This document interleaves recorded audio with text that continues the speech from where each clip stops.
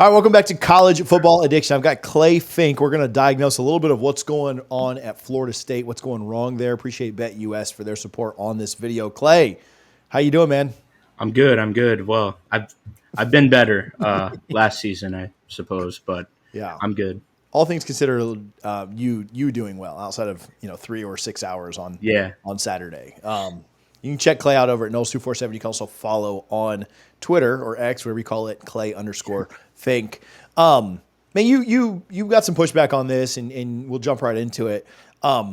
You've been out at practice, you've seen that, and just what are your overarching thoughts of kind of the lack of focus, lack of intensity, lack of just whatever you want to call it. Like what are some of the struggles you're seeing out at practice these days? So the big thing with me specifically, I watched all of the spring practices, was not in Tallahassee for any of the preseason practices in August or late July. My first practice since the spring was post Georgia Tech. So I've only gotten to see this team after they have lost a game this year. It feels like I don't want to over exaggerate, but like it looks like a different team compared to what I saw in the spring. Like the buy-in and the focus from all the players, it's just not quite the same. It's just it varies from player to player. There are still tons of players on this roster who are incredibly bought in and really come to practice every day, extremely focused. But I mean, I messaged one of the former players who transferred out after the spring what he thought had changed after the Boston College loss, and he said everything. This doesn't look like the same team. So I think this is a team who is very talented, and maybe doesn't lacks a leader. And when you face something like losing your opener, who is going to lead the team in that moment? You've had Jordan Travis, you've had Jared Verse, you've had Fabian Lovett, all these vocal, really mature guys who can kind of steer the ship back in the right direction in that situation. And I just, from what I'm seeing in practice, I don't really think there's a guy like that on this team. There are leaders, but guys with the combination of being a vocal person, just your personality in general, and also being a leader, I'm not sure there is anyone on this team with that personality.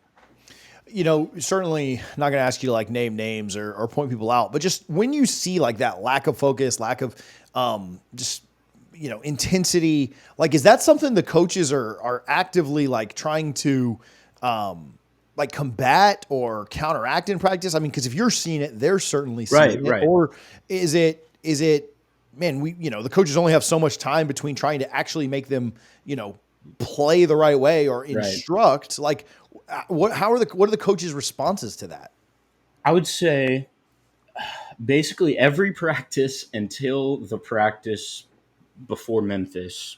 We don't see everything, but I didn't see any specific moments where a coach went out of their way and like really got at one specific guy, But then on Thursday, I think it was, before the Memphis game, there was one guy who had two different coaches come up to him within a 5-minute span and give him pep talk. Pep talk would be an understatement. It was kind of like do or die, like figure it out, man. Like we're at practice. This is where you get better. Your ranking doesn't matter anymore.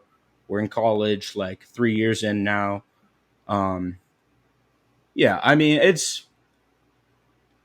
I think the coaches will probably take another step in that regard this week and try and weed out maybe the guys that you can really let underclassmen take reps from, who really just aren't bought into a program that's 0-3 now. But yeah, I would say that we will get right back to chatting with Clay, but first I do want to give a little bit of love over to BetUS. BetUS has all the best lines that you guys need to be checking out, whether it's Florida State or whatever team you are supporting or cheering for. Make sure that you're using BetUS. Use our code right now, YouTube150, YouTube150. You get 150% deposit bonus match on your first deposit. The next two are 125%. All of that up to $2,000. They got the best lines, the best customer service in the game. Make sure that you're making money with me over on BetUS.com. Outside of that Thursday, that wasn't really a thing that was happening. From what I saw in the five practice sample post Georgia Tech loss, I kind of thought that practice was running like you. If you had walked in there, it didn't look like they had just lost a game.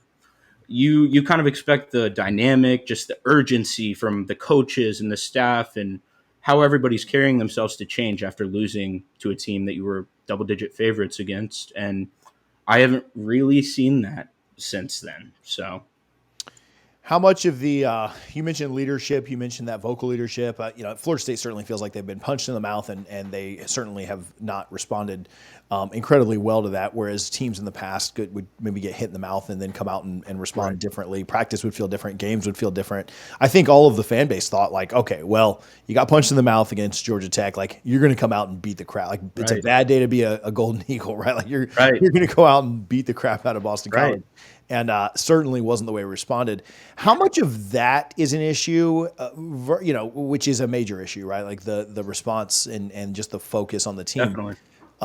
Versus like the actual coaching side of things. Like I see former players all the time talk about like, man, this really is on the coaches. Like the players have to step up and get it. But we know there are deficiencies on this staff, whether they be recruiting, whether they be development, whether they be just whatever, right? Coaching. How much of an impact do you think that has had on things too? I think coaching has had an impact, but I don't think it is the primary impact. I think the coaching staff will change because of this year. That's inevitable. That's the one thing that a head coach can really, really control year to year is his staff. And there needed to be, like, there were some changes that were kind of not acted upon in previous years because the program seemed to be ascending. Now that obviously they are not anymore, you're going to act on those. But I think ultimately for most of this staff, while they could be improved upon, there's guys on this staff who coach a position and are more than like they are not the problem at all, and they might still get moved. Like they might still move on from them at the end of the year. But I think they kind of misevaluated this roster. I think they misunderstood what they had. They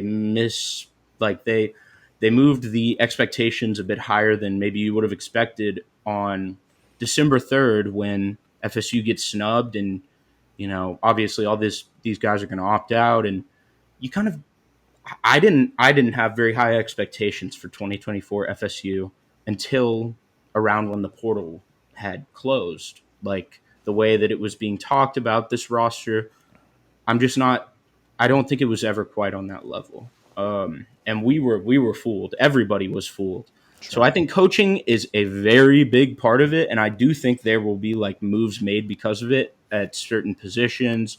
And honestly, we'll continue to see how over the rest of the year these coaches respond, assuming they all make it throughout the full season. But I would say it's more on the roster's talent, like misevaluation of talent, and then also the lack of leadership on this roster that was built. But I do think that coaching has definitely, for a staff that we kind of, assumed had written off as a really strong staff, at least on the field, maybe not recruiting.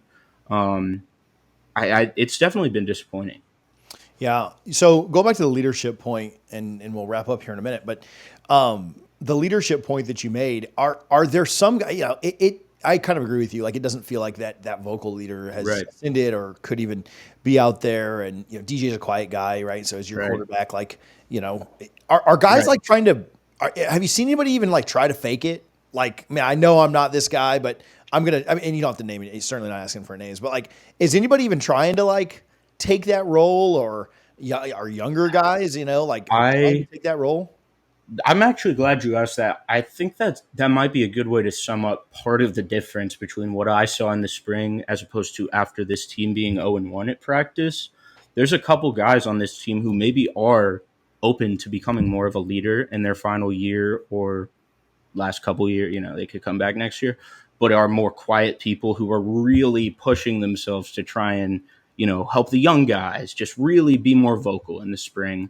And I just haven't that hasn't continued. And I get it. You're in the season. You really want to focus on yourself at this point, and you're in your money year at different position.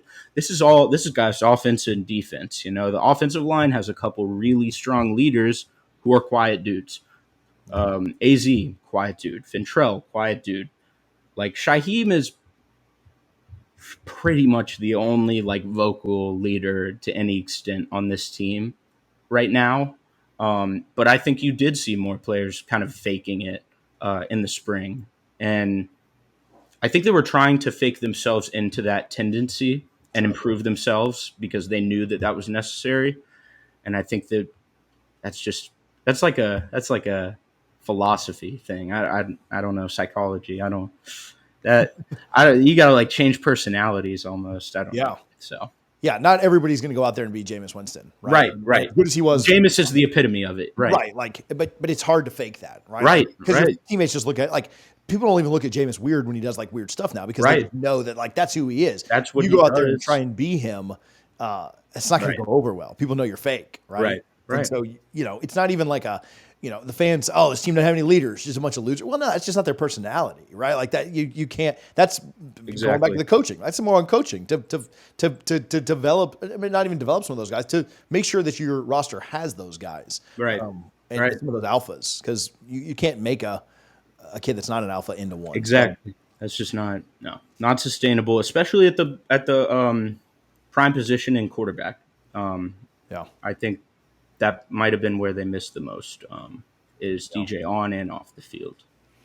So we're going to talk in another segment about how Florida State can, 0-3. I mean, they've certainly turned things around before. How they can maybe get things headed back in somewhat of a right direction. I don't know that there's really a saving the season anymore at this point with what you've got ahead of you. But we are going to try and diagnose how to fix some of that. So if you guys are watching, make sure you hit the subscribe button. But before we go, Clay, where can folks follow you? Where can they find more of your work? Yeah, so all my work is at knowles247.com. You can follow me at Clay_Fink on X or Twitter. That's where most of my work is on Twitter. Cool. Well, we appreciate you joining us again. Appreciate BetUS for their support during this video, and then we'll talk to you about trying to fix this thing in our next one.